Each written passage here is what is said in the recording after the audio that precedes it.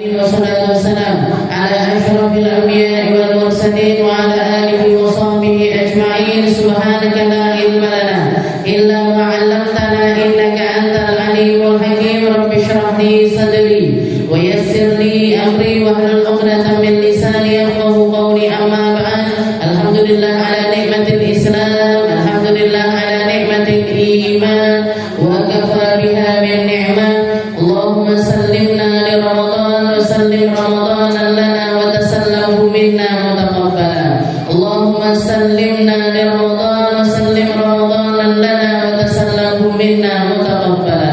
Allahumma sallimna li Ramadan wa sallim Ramadan lana wa tasallamhu minna mutaqabbala. Alhamdulillah, segala puji bagi Allah Subhanahu wa taala yang memberi kita nikmat Islam iman, memberi kita nikmat sehat sempat, memberi kita berbagai macam kenikmatan. Utamanya adalah kenikmatan masuknya kita di bulan Ramadan, dikasihnya kita kesempatan oleh Allah Ta'ala untuk mengkaji Al-Quran di bulan Ramadan, untuk melakukan perkara-perkara yang berkaitan dengan firman Allah Ta'ala yang paling mulia, diberikan kepada hamba paling mulia, lewat perantara paling mulia di bulan yang paling mulia.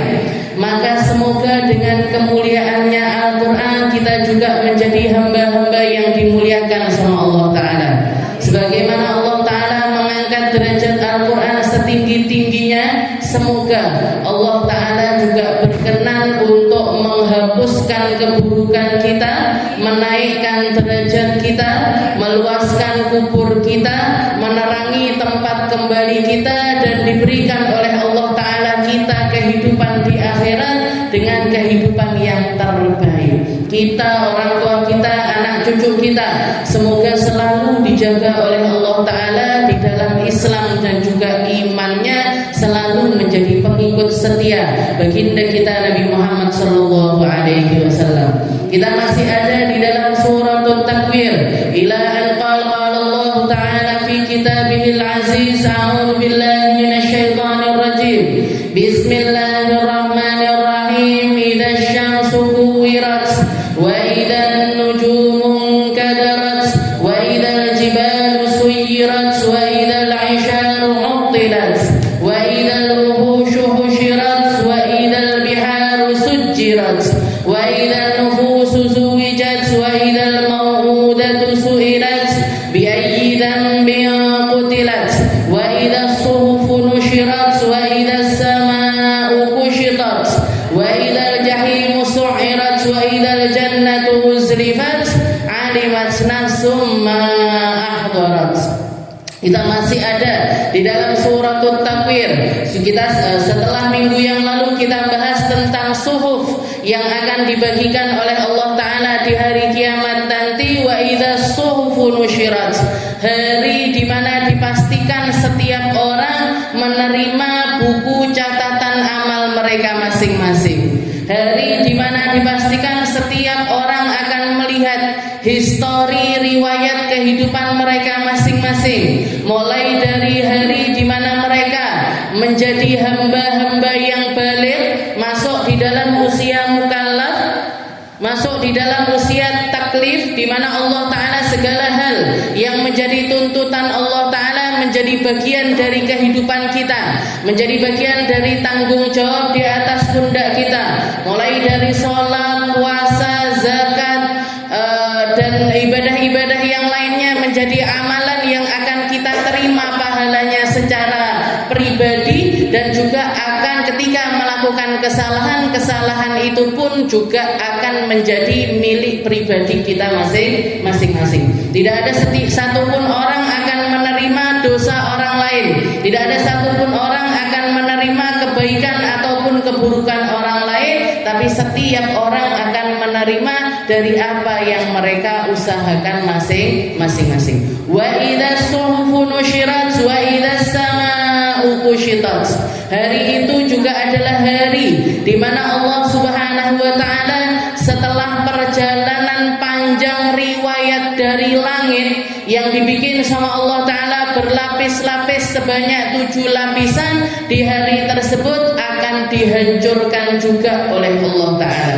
Wa idzas samaa'u kushitat ay nuzi'at min amakiniha kama yanzi'ul jilid 'anil syah. Dikatakan yang dimaksud dengan kushitat adalah hari di mana langit itu sendiri nuzi'at an amakiniha, dicabut oleh Allah Ta'ala satu persatu bagian-bagiannya, panel-panelnya dicopot sama Allah Ta'ala, tempat-tempatnya dicopot oleh Allah Ta'ala, kama yanzi'ul jilid manisya, sebagaimana kalau kita membayangkan semacam para petani, peternak domba mencabut bulu-bulu dari domba-domba mereka, maka Allah Ta'ala akan mencabut setiap bagiannya langit dengan pencabutan satu per satu. Maksudnya apa? Dihancurkan sehancur-hancurnya. Di dalam ayat yang lain Allah Ta'ala mengatakan yauma natwis sama katayyis sijil lil kutub kama bada'na awwala khalqin nu'idu. Katanya Allah Ta'ala, sebagaimana dulu langit itu enggak pernah ada, setelah itu diadakan sama Allah Ta'ala, dieksiskan selama ribuan bahkan mungkin jutaan tahun, tapi akan kami kembalikan kepada ketiadaan. Jadi seperti itulah sifatnya semua makhluk yang fana. Seperti itulah sifatnya setiap hal yang pernah diciptakan oleh Allah Ta'ala. Dia memiliki permulaan dan akan selalu memiliki akhir. Setiap kali ada awal pasti ada akhir. Yang tidak kenal awal, tidak kenal akhir, hanya Allah Subhanahu wa Ta'ala. Huwal awwal wal akhir. Katanya Allah Ta'ala, Allah lah yang awal sebelum adanya segala sesuatu yang awal, dan Allah Ta'ala yang maha akhir setelah berakhir segala sesuatu. Allah Ta'ala masih tetap akan ada. Jadi pada asalnya Allah Ta'ala nggak kenal kalimat awal, nggak kenal kalimat akhir, nggak ada kata awal, nggak ada kata akhir untuk Allah Ta'ala. Ini hanya sesuatu yang berlaku untuk setiap makhluk-makhluknya Allah. Di dalam ayat yang lain Allah Ta'ala juga mengatakan wassama, wassama'u matwiyatun biyamini. Nanti langit ini akan dilipat sama Allah Ta'ala, dan yang mampu melipat langit juga cuman Allah Ta'ala. Wassama matwiyatun, dilipat sama Allah Ta'ala, biyamini, dengan kekuasaannya Allah Ta'ala. Jadi di dalam Al-Quran itu kalau kita perhatikan, Allah Ta'ala seringkali menggunakan kalimat-kalimat yang dekat dengan apa yang dipahami para makhluk. Jadi manusia, kita, Allah Ta'ala nggak butuh ruang, tapi kita butuh ruang. Allah Ta'ala nggak butuh zaman, tapi kita butuh zaman. Allah Ta'ala nggak butuh tempat. Manusia baru bisa membayangkan ketika ada bayangan dari itu semuanya. Makanya seringkali Allah Ta'ala di dalam Al-Quran menggunakan kalimat-kalimat yang dekat dengan manusia. Biar apa? Biar mereka bisa langsung memahami makna yang diinginkan oleh Allah Ta'ala. Wassama matwiyatun biyamini, pakai lafadznya, atau kalau kita ngambil arti secara lafdiahnya, secara lafadznya, langit itu akan dilipat sama Allah Ta'ala dengan tangan kanannya Allah. Kita manusia kalau ngomong tangan kanan, kalau ditanyai tentang tangan, bayangannya awake dhewe nggih niki. Ada dagingnya, ada kulitnya, ada ototnya. Enek ototnya apa ndak jeneng? Apa lemak kabeh. Jadi segala sesuatu yang bersifat ya ini. Kalau ngomongin tangan kanan ya ini. Ya ngomongin tangan kanan ya ini. Sesuatu yang berbentuk semacam ini kita pakai untuk melakukan berbagai hal. Kita pakai untuk melakukan banyak aktivitas. Kenapa Allah Ta'ala menggunakan kalimat biyamini? Allah Ta'ala akan melipat langit dengan tangan kanannya. Yang dimaksud di situ adalah sebagaimana manusia dengan kekuasaannya, dengan kemampuannya melakukan banyak hal dengan tangan kanan mereka, Allah Ta'ala juga maha mampu melakukan banyak hal dengan kekuasaannya Allah Ta'ala. Makanya kalau kita mensikapi, kalau baca Al-Quran, jenengan nggak bisa, kalau ngaji tafsir nggak bisa kalau nggak pakai guru. Kalau ngaji belajar tentang maknani ayat-ayat Al-Quran nggak bisa kalau nggak punya basic keilmuan tentang bahasa Arab, tentang nahwu, tentang soroh, balaghah, dan juga ilmu-ilmu penunjang untuk memahaminya. Atau yang kita kenal dengan ilmu alat. Kita kenal dengan ngaji Al-Quran kok mocone terjemahan. Oh Allah Ta'ala menghancurkan langit, ngelipet langit pakai tangan kanannya Allah. Sing kebayang ngene, oh berarti Gusti Allah duwe tangan. Oh berarti Allah Ta'ala itu ngelipetnya ya kayak dhewe lipat-lipat baju gitu kayaknya. Apa ngelipet karpet, kan seperti itu. Nah ini malah nggak boleh. Yang seperti ini adalah pemahaman yang tidak diperbolehkan. Makanya di dalam ayat Al-Quran Allah Ta'ala mengatakan wa minhu ayatun muhkamat. Jadi di dalam Al-Quran, di dalam ayat-ayat Al-Quran itu ada yang isinya ayatun muhkamat. Isinya ayat-ayat yang sifatnya itu hukum-hukum pasti, hukum-hukum pakem, nyata secara nyata, bisa dipahami secara harfiah, bisa dipahami secara lafdiyah, dan orang ketika membacanya langsung paham. Semacam apa? Semacam ketika Allah Ta'ala mengatakan di dalam Al-Quran, ya ayyuhalladzina amanu idza qumtum ilas shalah faghsilu wujuhakum wa aydiyakum ilal marafiq wamsahu biru'usikum wa arjulakum ilal ka'bain. Katanya Allah Ta'ala, wahai orang-orang yang beriman, kalau arepe budal sholat, kalau kalian mau berangkat untuk melaksanakan sholat, cuci mukamu, cuci tanganmu, cuci rambutmu, kepalamu, cuci kakimu. Nah, ini namanya ayat muhkamat. Kita baca langsung paham apa yang dimaksud sama Allah Ta'ala di situ. Oh, wudu dhisik. Sebelum sholat itu harus wudu dulu. Mana yang dibasuh dari wudu? Muka, tangan, kepala, kaki. Kudu urut, harus berurutan. Pakai. Nah, kalau kita belajar fikih lebih dalam, nah, ditambahin niat dulu. Habis niat basuh wajah, basuh tangan, basuh kepala, basuh kaki. Kalaupun ada gerakan-gerakan di luar itu atau basuhan-basuhan di luar itu, maka hukumnya adalah sunnah. Kumur, tapi kok aku kumur-kumur dhisik, kok ndak enek ayate kumur-kumur iki, Mang.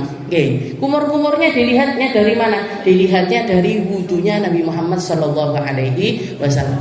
Masukkan air ke hidung, dilihat dari mana? Oh, wudunya Nabi Muhammad sallallahu alaihi wasallam. Dan kadang-kadang Nabi Muhammad melakukannya, kadang-kadang juga tidak. Berarti napa hukumnya? Sunnah. Yang wajib yang mana? Yang dijelentrehne sama Allah Ta'ala di dalam ayat tersebut. Ayatun muhkamat. Kalau untuk memahami ayat-ayat muhkamat semacam ini, maka kita masih bisa mengkajinya dengan pemahaman-pemahaman logika kita. Tapi katanya wa minhu ayatun mutasyabihat. Tapi ada ayat-ayat yang isinya itu mutasyabihat. Mutasyabihat ini apa? Rancu. Kadang orang logikanya nangkepnya begini, kadang orang nangkepnya logikanya semacam ini. Katanya Allah Ta'ala, fa'ammal ladzina fi qulubihim zayghun fayattabi'una ma tashabaha minhu ibtigha'al fitnati wa ibtigha'a ta'wili. Katanya Allah Ta'ala, nanti kalau orang-orang yang di dalam hatinya ini penuh dengan keburukan, penuh dengan penyimpangan, penuh dengan penyelewengan, dia akan membaca ayat-ayat Al-Quran dengan cara yang salah, memahaminya dengan cara yang salah, dan yang semacam itu akan menimbulkan banyak fitnah. Ibtigha'al fitnati wa ibtigha'a ta'wili. Jadi itu akan bikin orang itu mikir-mikir macam-macam. Padahal kita di dalam akidah Islam haram hukumnya mentajsimkan Allah Ta'ala, atau menganggap Allah Ta'ala ini punya fisik semacam fisiknya makhluk. Butuh tempat sebagaimana makhluk butuh tempat, butuh ruangan, butuh masa, butuh segala arah dan lain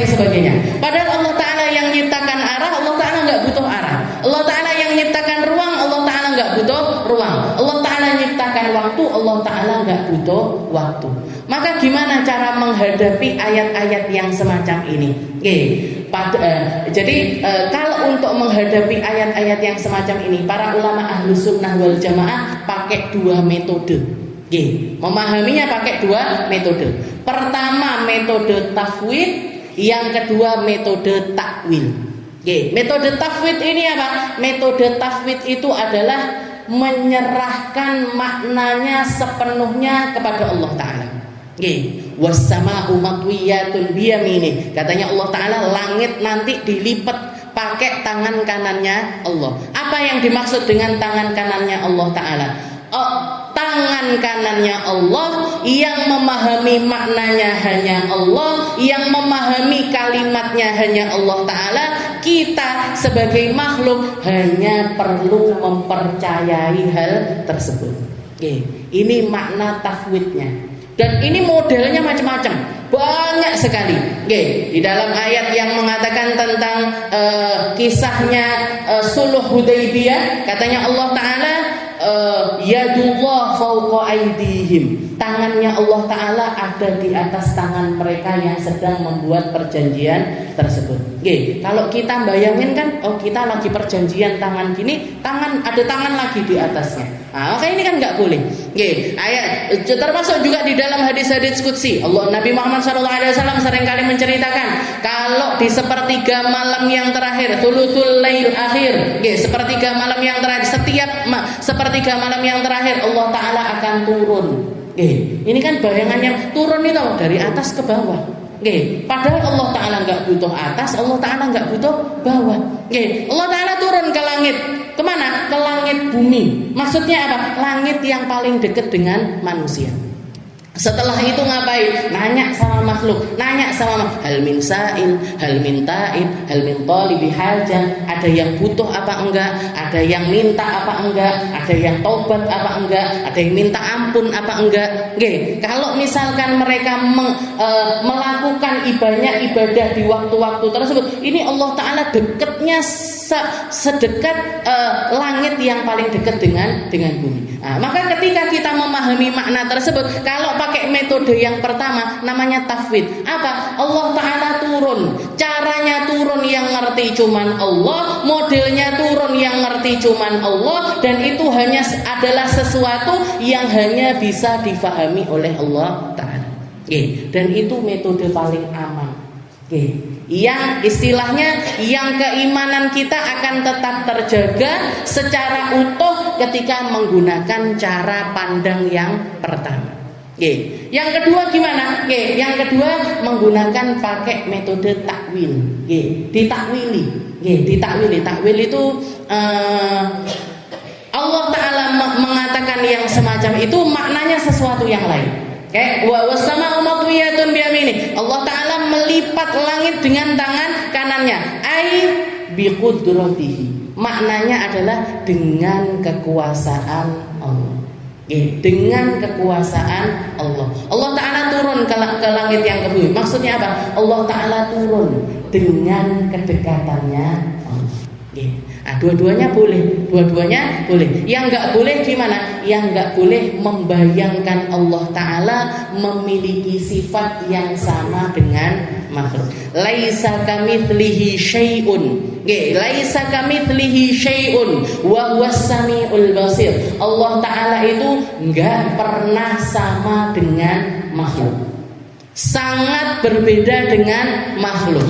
Berdiri sendiri, nggak butuh apapun, nggak butuh apapun. Allah Ta'ala nggak pernah bisa disamakan dengan sifatnya. La fi dzatihi, wala fi af'alihi, wala fi sifatihi. Kita nggak boleh membandingkan Allah Ta'ala di dalam zatnya, nggak boleh. Di dalam pekerjaannya Allah Ta'ala nggak boleh. Di dalam sifatnya Allah Ta'ala juga nggak boleh. Jadi zatnya Allah Ta'ala nggak boleh kita samakan zatnya Allah Ta'ala dengan zatnya manusia, nggak boleh. Atau zatnya makhluk-makhluk yang lainnya juga nggak boleh. Kita ngucap Allahu Akbar, Allah Maha Besar. Saya pernah Bu, saya lagi scroll FB atau lagi scroll apa waktu itu, tahu-tahu keluar muncul ceramah-ceramah. Oke, ustadznya bahas tentang Allahu Akbar. Setelah itu ngomong ke jamaahnya gimana? Allah itu besar, lebih besar dari alam semesta, lebih besar dari segala apa yang diciptakan.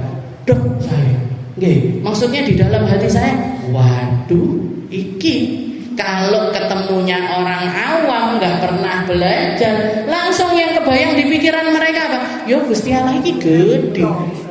Gede itu apa? Gede ku waliane cilik.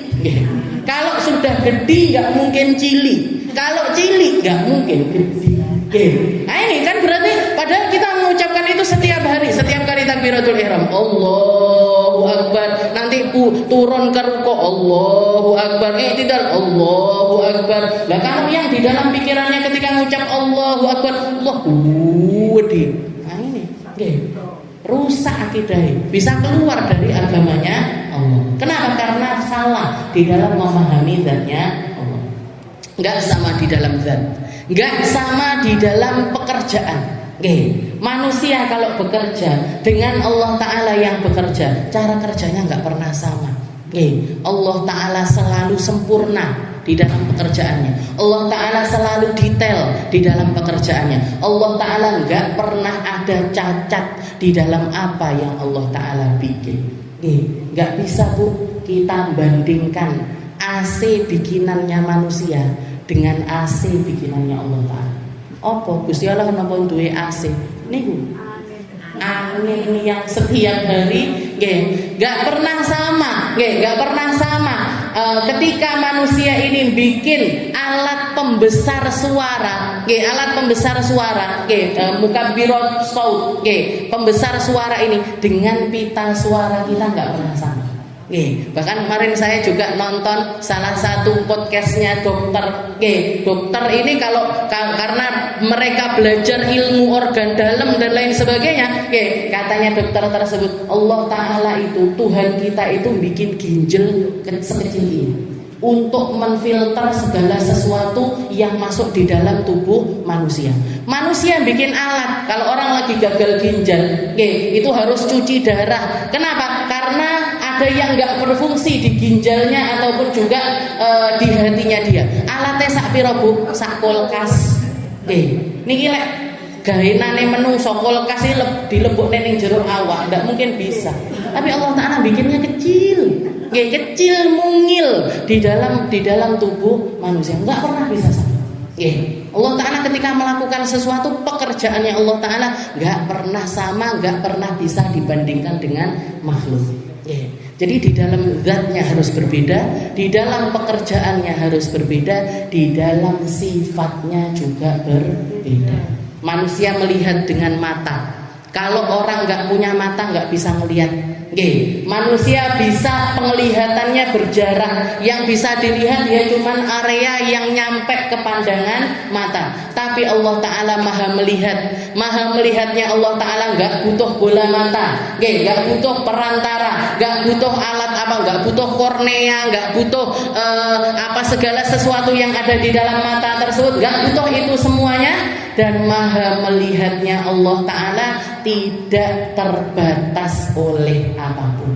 Bahkan sampai dikatakan oleh para ulama, Allah Ta'ala melihat, bahkan mendengar. Langkah kakinya semut yang warnanya hitam di atas batu hitam di tengah malam gelap gulita. Allah Ta'ala mendengar langkah kaki mereka. Awake dhewe Bu tumo ning gone rambut lho ndak krasa. Dimakan disedot darah kita nggak krasa. Kenyamuk tahu-tahu nempel. Lho cucu kok bentol iki mangkapan lek nyopot. nggak kerasa kita. Kenapa? Karena semua yang dimiliki oleh manusia, karena sifatnya manusia selalu ada di batas-batas tertentu. Sedangkan Allah Ta'ala tanpa batas sama sekali. Wassama wa idzas sama'u kushitat. Dan hari kiamat itu yang semacam langit pun dihancurkan sama Allah Ta'ala.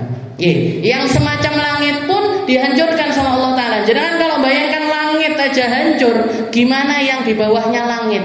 Di mana yang lebih kecil daripada langit? Terus awake dhewe menungso iki dadi apa? Dadi bubur, ajur, mumur, enggak karuan modelnya.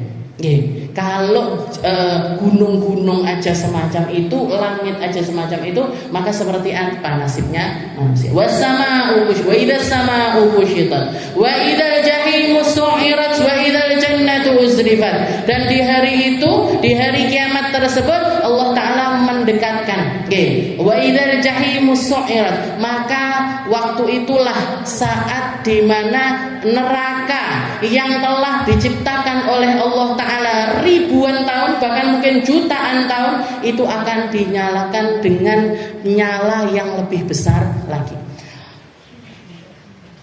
Neraka itu selalu menyala. Neraka itu nggak pernah mati apinya. Neraka itu bahkan selalu dipanaskan setiap harinya oleh Allah Subhanahu wa Ta'ala. Makanya di dalam beberapa waktu Rasulullah SAW itu seringkali kalau mengajak sholat duhur nunggu ibrod, nunggu agak dingin. Jadi misalkan duhurnya jam 12, Rasulullah ngajak sholat itu setengah 1 atau kadang-kadang jam 1. Ditanya sama para sahabat, ya Rasul, kenapa kok seperti itu ya Rasul? Duhur ini kenapa kok agak dimundurin sholatnya itu, kenapa ya Rasul? Katanya Rasulullah, karena saat ini adalah saat panas yang sangat terik sekali, waktu di mana Allah Ta'ala menyalakan api neraka, manasin api neraka. Dari uap panasnya, dari efek dari pemanasan neraka tersebut, Allah rasa panasnya ini nyampe bahkan ke dunia, dirasakan oleh semua manusia. Maka sunnah yang namanya ibrod. Tapi kalau di Indonesia mungkin nggak ada sunnah ibrod ini, nggak ada, karena kita nggak punya waktu panas yang ekstrim, nggak punya musim panas. Kemaraunya kita mek ngono-ngono tok. Nggak sampai yang kayak di Arab Saudi sampai 50 derajat, sampai 45 derajat, nggak ada. Nah, maka kalau di sini nggak ada kesunahan ibrod, karena sunnah ibrod itu di musim panas dan di waktu yang panas, yaitu di waktu duhur. Jadi sunnah untuk itu setiap harinya. Jadi dipanaskan sama Allah Ta'ala berkala, secara berkala. Tapi nanti di hari kiamat nanti, wa idzal jahimu su'irat, hari di mana api neraka ini menyala-nyala. Menyala-nyala karena apa? Karena dia sudah tidak sabar untuk melahap siapapun yang akan masuk ke dalam neraka tersebut. Jadi wa idzal jahimu su'irat, hari di mana neraka itu nyala.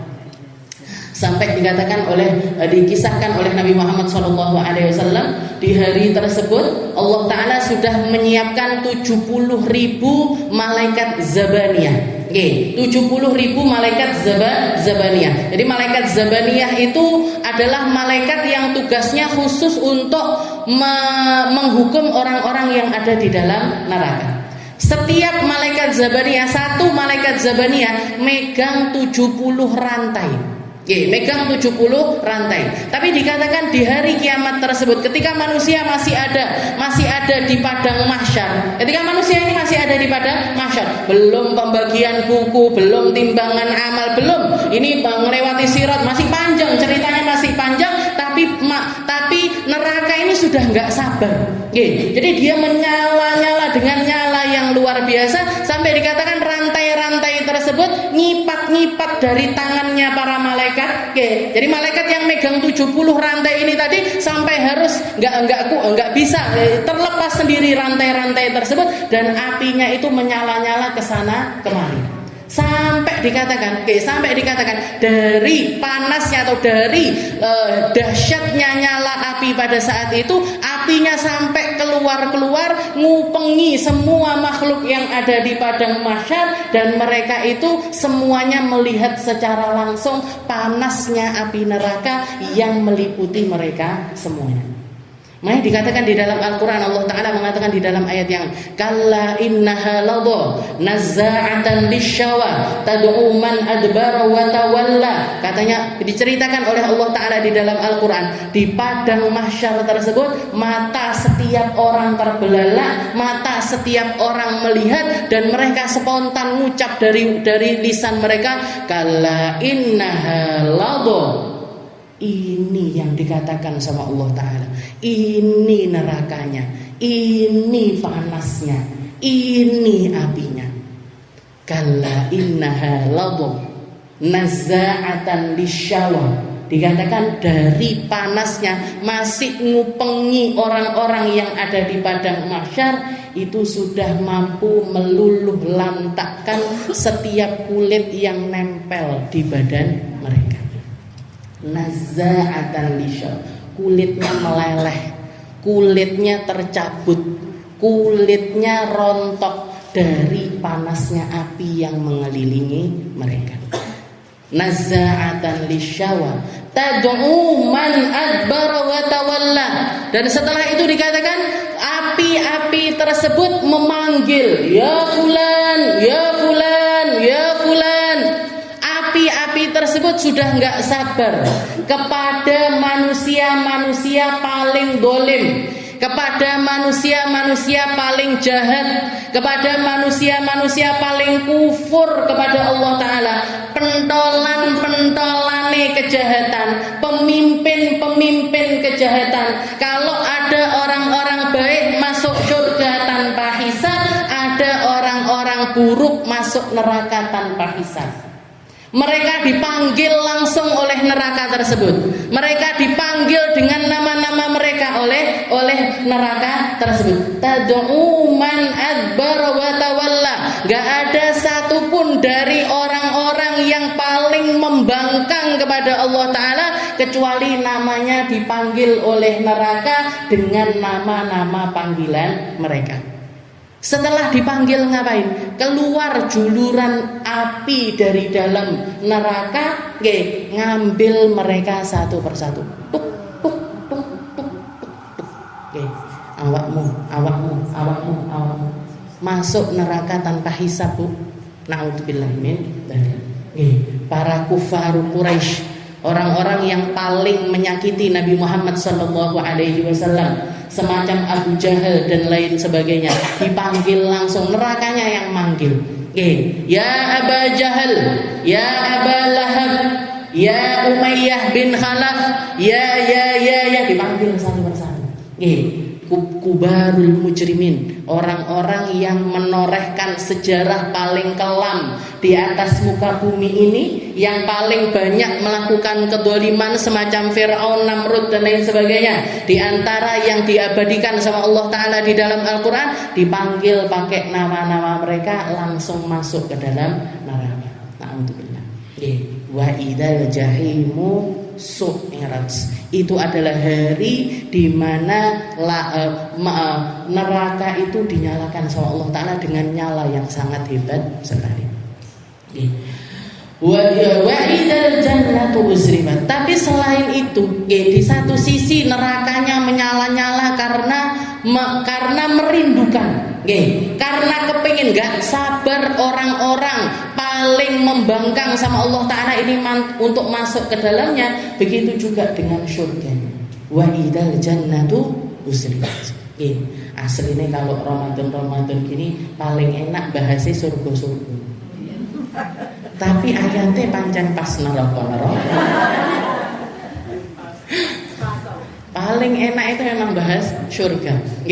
Karena kita pengennya begini, pengennya begitu, nikmatnya begini, begitu dan lain sebagainya. Tapi memang ayatnya pas.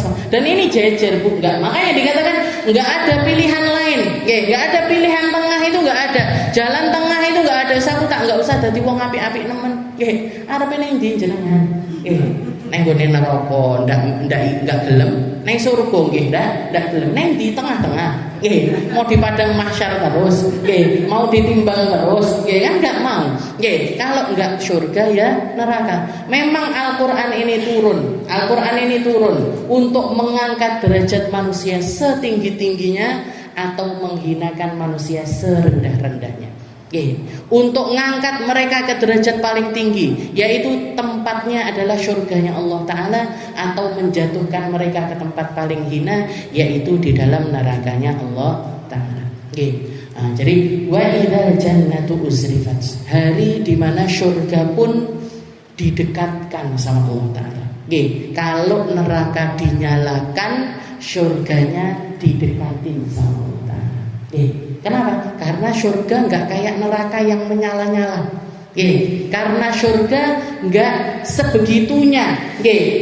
Punya sifat yang lain, nggak seperti sifatnya neraka.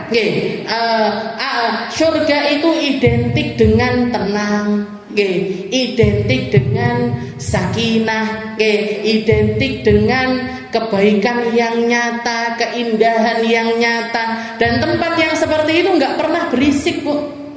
Tempat yang semacam itu nggak pernah berisik. Makanya Allah Ta'ala ketika menawarkan kepada Sayyidah Khadijah, abshir Khadijatan, ketika Rasulullah SAW mau didatangi sama malaikat Jibril untuk mengirimkan salam kepada Sayyidah Khadijah. Sayyidah Khadijah ini di usia 60 tahun, 50 tahun itu ngopeni Rasulullah SAW yang seringkali melakukan khalwah di atas Gua Hira, naik turun ke atas Gua Hira. Kadang-kadang dalam keadaan hamil besar, kadang-kadang dalam keadaan yang kesulitan. Perempuan, Bu, bawakan bekal untuk Nabi Muhammad SAW. Dan dikatakan pernah suatu hari ketika Rasulullah sedang berdua dengan malaikat Jibril mengatakan kepada Rasulullah, ya Muhammad, sebentar lagi Khadijah akan datang. Dia bawa perbekalan untuk kamu, dia bawa makanan untuk kamu. Akri minallah wa minni assalam. Nanti kalau dia sudah nyampe, kirimkan salamnya Allah dan kirimkan salam dariku untuk Khadijah.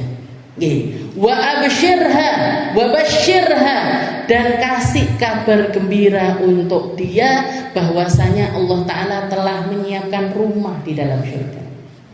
Allah Ta'ala telah menyiapkan rumah di dalam surga, la nasaba fiha, tempat yang gak ada lagi rasa capek, tempat yang gak ada lagi rasa bising. Sudah gak bising lagi dunianya nanti kalau di surga. Sudah gak capek lagi nanti kalau dia ada di dalam surga.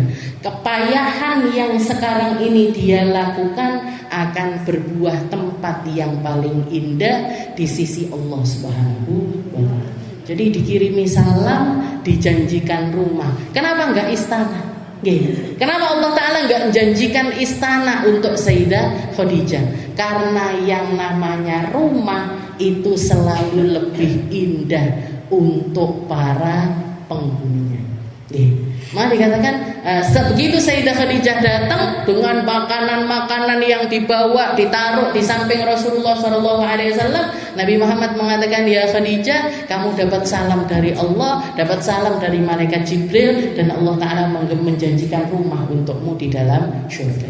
Maka Sayyidah Khadijah menjawab dengan kalimat yang paling luar biasa, Allahus salam wa minhus salam wa alaihi ya'udus salam. Atau kalau kita baca setiap kali selesai sholat, Allahumma antas salam wa minkas salam wa alaika ya'udus salam.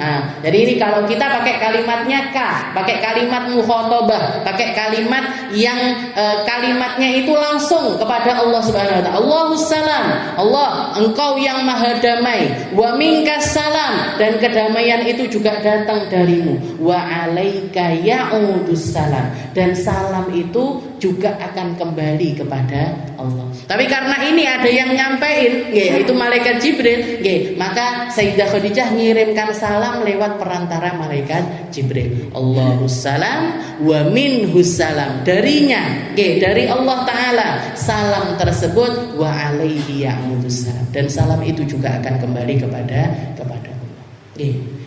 Wa idzal jannatu uzrifat, hari di mana surga didekatkan oleh Allah Ta'ala sedekat-dekatnya, sampai dikatakan seluruh makhluk yang ada di dalam padang mahsyar tersebut mampu mencium aroma dari wanginya surga.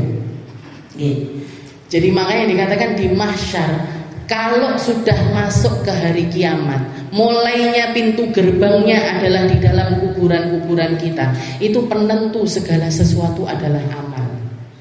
Penentu segala sesuatu adalah iman.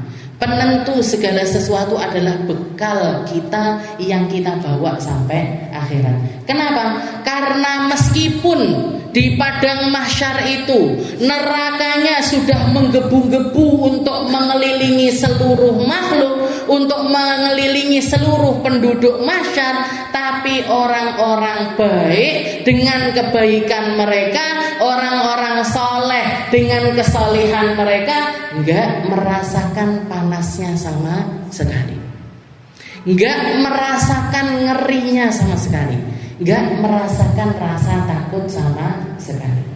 Begitu juga dengan surganya. Surganya didekatkan sama Allah Ta'ala sampai seluruh penduduk mahsyar ini mampu mencium aroma wanginya surga, tapi orang-orang yang gak baik gak nyium sama sekali aroma tersebut. Makanya salah satu doa yang kita baca setiap kali kita istinsya, Allahumma arihni raihatal jannah. Ya Allah, hidung ini, pakai hidung ini ya Allah, nanti ciumkan baginya aroma wanginya surga. Kenapa? Karena wanginya surga itu bahkan tercium dari jarak perjalanan 500 tahun. Dari jarak perjalanan 500 tahun itu wanginya sudah tercium. Dari banyaknya wewangian yang Allah Ta'ala taruh di dalam surga, sampai aromanya itu kecium kemana-mana. Kayak jenengan kalau habis mandi, selesai mandi pakai baju disemprot parfum dari atas sampai bawah, jenengan di dapur senenggone ruang tamu, iki yang gune mama iki mesti.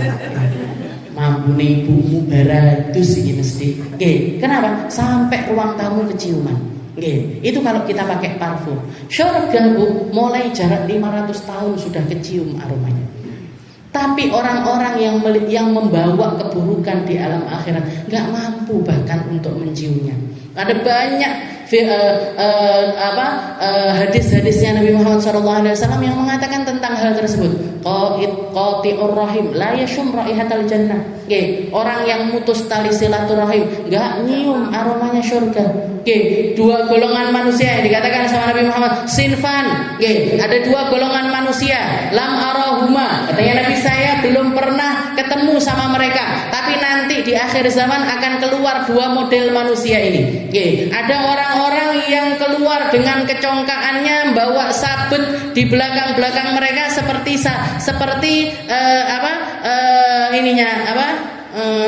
ininya bakor.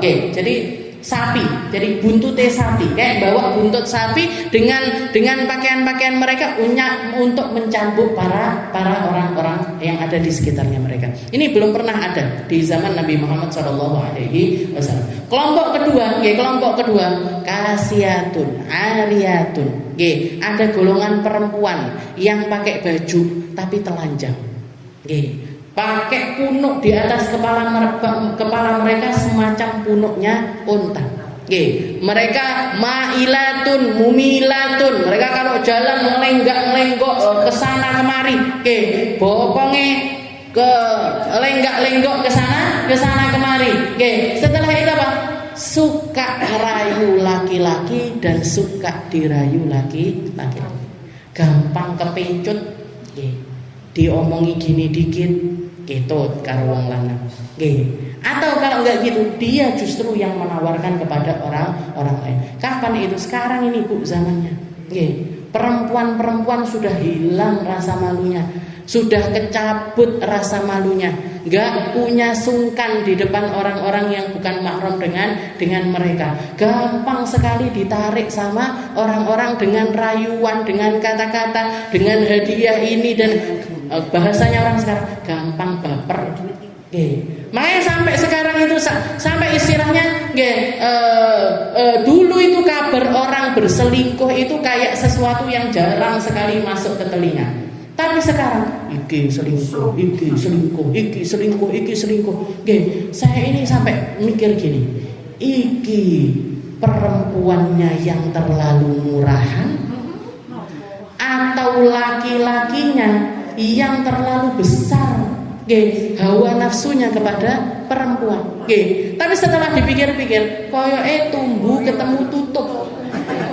Podo, perempuannya banyak yang gak tahu diri, laki-lakinya juga banyak yang gak tahu diri. Ini salah satu kelompok yang dikatakan sama Nabi Muhammad SAW, la yadkhulul jannah. Mereka enggak akan masuk surga, tidak akan masuk surga. Wala yashum rihaha, bahkan enggak akan nyium aromanya surga.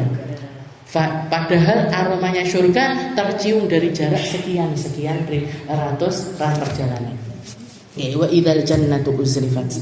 Hari di mana surga didekatkan sama Allah.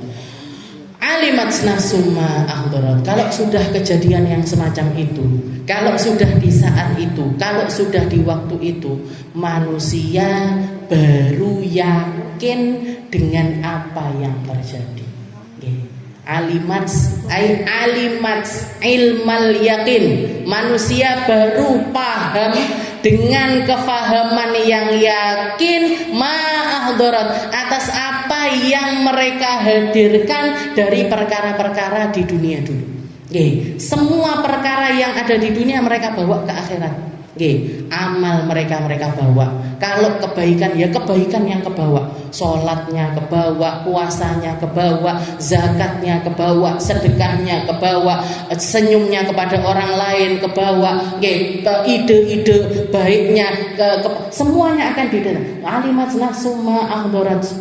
Yang kecil ataupun yang besar, yang dia anggap kebaikan nyata atau yang bahkan dia enggak menganggap itu sebagai sebuah kebaikan, karena pada saat itu orang akan dihadirkan bagi mereka amal-amal bahkan yang terkecil dari mereka. Yang terkecil, "Faman ya'mal mithqala dzarratin khairan yarah wa man ya'mal mithqala dzarratin syarran yarah." Barang siapa yang beramal dengan amal kebaikan sebesar biji zarrah sekalipun, yarah. Yarah ini apa artinya? Ngelihat pakai mata. Oh, iki sholatku, dengan kekhusyuan di dalam sholatku, dengan baiknya bacaanku, dengan indahnya gerakan sholatku, dengan segala sesuatu yang saya bawa di dalam sholat tersebut akan diperlihatkan di hari tersebut. Alimatna summa ahdorat. Faham. Makanya dikatakan derajat kefahaman manusia ini 3 tingkat. Ada yang namanya ilmal yakin, ada yang namanya ainul yakin, ada yang namanya hakul yakin. Derajat yang pertama ilmul yakin. Apa ilmul yakin? Keyakinan kita sekarang ini.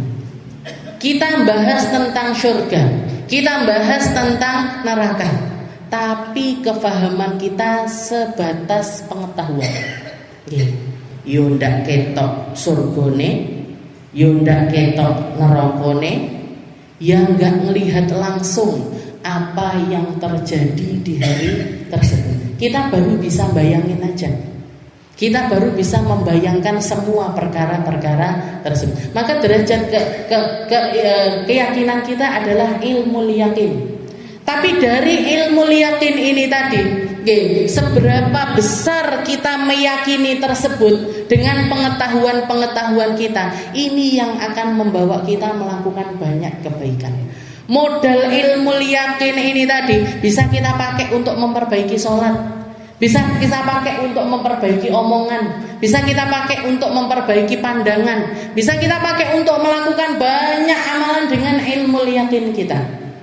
Nanti kalau terus diusahakan akan masuk ke dalam derajat yang kedua yang namanya ainul yakin. Ainul yakin ini apa? Kusyifatil hijab. Hijabnya dibuka sama Allah Ta'ala, sehingga seseorang akan lebih bisa memahami setiap keyakinan yang Allah Ta'ala taruh di dalam hatinya. Semacam contohnya Sayyidina Ali Zainal Abidin, salah satu cucunya Nabi Muhammad SAW dari Sayyidina Husain. Dikatakan Sayyidina Ali Zainal Abidin ini setiap kali mau sholat wajahnya pucat, wajahnya berubah jadi putih. Ditanya sama murid-muridnya, kenapa wahai imam, kenapa kok seperti itu? Jenengan mau sholat ini kok wajahnya putih semacam ini, kenapa? Katanya beliau, baina yadaiman sa'aqumu ana. Saya ini membayangkan saya mau berdiri di depan siapa, dan bagaimana saya nggak jadi seperti ini. Karena setiap kali saya sholat, kalau saya salam ke kanan, saya melihat surganya Allah Ta'ala dengan segala keindahannya. Dan sehingga apa? Sehingga saya nggak pengen menyelesaikan sholat saya. Saya pengen terus berada di dalam kenikmatan sholat tersebut. Dan setiap kali saya salam menghadap ke sebelah kiri, saya melihat neraka dengan segala keburukan yang ada di dalamnya. Sehingga sholat saya membuat saya menjadi lebih takut kepada Allah Ta'ala. Ini derajatnya apa? Ainul yakin. Orangnya masih di dunia, tapi ditampakkan keyakinannya di depan mata oleh Allah Subhanahu wa Ta'ala. Ini derajatnya wali-walinya Allah, derajatnya para kekasih-kekasihnya Allah, orang-orang yang mencapai derajat-derajat tinggi di dalam kebaikan-kebaikan mereka. Nanti kalau sudah ainul yakin, nanti naik lagi ke derajat yang paling tinggi, yaitu hakul yakin. Hakul yakin ini apa? Hakul yakin ini imannya para nabi, imannya para rasul. Jadi ketika manusia-manusia yang memiliki keyakinan sampai hakul yakin dan mereka masih di dunia, itu adalah para nabi, para rasul. Seperti Nabi kita Nabi Muhammad SAW di malam Isra Mi'raj, ngelihat langsung seperti apa neraka, masuk ke dalam neraka, masuk ke dalam surga, ngelihat segala sesuatu yang ada di dalamnya. Sehingga apa? Yakinnya ini sampai ke tingkat hakul yakin. Keyakinannya itu nyata. Keyakinannya itu pernah terasa dengan panca inderanya Nabi. Segala sesuatu yang dikatakan oleh Allah Subhanahu wa Ta'ala dilihat, dirasakan secara langsung di tempat tersebut. Makanya salah satu hal yang diceritakan sama Nabi Muhammad SAW ketika beliau Isra Mi'raj, katanya Nabi Muhammad, wahai Bilal, saya ketika saya di Mi'rajkan sama Allah Ta'ala, saya masuk ke dalam surganya Allah. Saya ketika di dalam surga itu ngelihat mendengar terompah jalanmu wahai Bilal. Nabi Muhammad itu dari perhatiannya kepada para sahabat, Rasulullah itu sampai hafal setiap langkah para sahabat dan tahu, ini langkah kakinya Fatimah, ini langkah kakinya Bilal, ini langkah kakinya Abu Bakar, ini langkah, tahu sampai. Jadi titen, karena orang jalan itu kan beda-beda. Ada yang srek, sing senengane nyeret sandal, ada yang tak macam-macam. Itu Rasulullah dari perhatiannya sampai model sandalnya, siapa ini langkah kakinya siapa, itu Rasulullah titen. Katanya Rasulullah, wahai Bilal, aku ketika Isra Mi'raj, aku ada di dalam surganya Allah Ta'ala. Saya mendengar langkah terompah kakimu wahai Bilal. Amalan apa yang kamu lakukan yang gak dilakukan sama sahabat yang lainnya? Katanya Sayyidina Bilal, apa ya Rasul? Saya gak ngelakonnya apa-apa. Saya pas kayak umumnya para sahabat yang lainnya. Ngajinya ya segitu-gitu, bangun malamnya ya segitu-gitu, baca Al-Qurannya ya segitu. Apa ya Rasul? Nah, setelah diingat-ingat, Sayyidina Bilal mengatakan, ya Rasul, ada satu amalan yang saya lakukan, gak ada perintah darimu, gak saya lihat dari sahabat yang lainnya. Saya melakukannya murni karena besarnya rasa syukur yang masuk ke dalam hati saya karena syariat tersebut. Apa itu wahai Bilal? Syariat wudu. Saya senang sekali dengan syariat wudhu tersebut, dan dengan kesenangan saya setiap kali selesai wudhu saya nyempatkan waktu untuk sholat 2 rakaat. Saya nyempatkan untuk sholat 2 rakaat. Sayyidina Bilal waktu itu sholat 2 rakaat, niatnya untuk syukur, mensyukuri nikmatnya wudhu. Maka Rasulullah mengatakan, diikrori sama Nabi, istilahnya dianggap sebagai, itu gara-gara itu kamu masuk ke dalam syurga. Kamunya masih di dunia tapi telompah kakimu sudah ada di syurga. Kamunya masih di dunia tapi langkah kakimu sudah ada di dalam syurga, karena rutin melaksanakan sholat sunnah wudhu. Jadi setelah wudhu langsung sholat 2 rakaat, niatnya adalah sunnatul wudhu. Ini perkara yang dilakukan oleh Sayyidina Bilal. Jadi Nabi Muhammad hakul yakin, para nabi-nabinya Allah Ta'ala hakul yakin. Kalau manusia yang lainnya 2 ini, ketika mereka ada di dunia 2 ini tadi. Kalau enggak ilmu yakin, ya hakul ainul yakin. Nanti ketika sudah nyampe di mahsyar, ketika nyampe di kuburan, baru masuk ke hakul yakin. Nyapo tenan kabeh tiba. Ning gone kuburan tenan tiba sing dadi kancaku mek amal. Bener ternyata malaikatnya bener. Yang nanya man rabbuka ternyata bener. Ada semua pertanyaan kubur ada, jepitan kubur ada, himpitan kubur ada, semuanya ternyata baru ada. Di situ orang baru masuk ke dalam tingkatan hakul yakin. Tapi kalau percayanya setelah masuk kuburan, kepercayaannya ini gak akan bermanfaat apa-apa. Wa idzal jannatu uzrifat alimat nafsum ma ahdarat. Hari itu semua orang paham, semua orang ngerti dengan hakul yakin, dengan apa yang mereka hadirkan di alam akhiratnya Allah Ta'ala. Wallahu a'lam bishawab. InsyaAllah kita lanjutkan di pertemuan selanjutnya, di ayat-ayat selanjutnya. Fala uqsimu bil khunnas al-jawaril khunnas wal laili idza as'as was subhi idza tanaffas. Kita lanjutkan di pertemuan selanjutnya.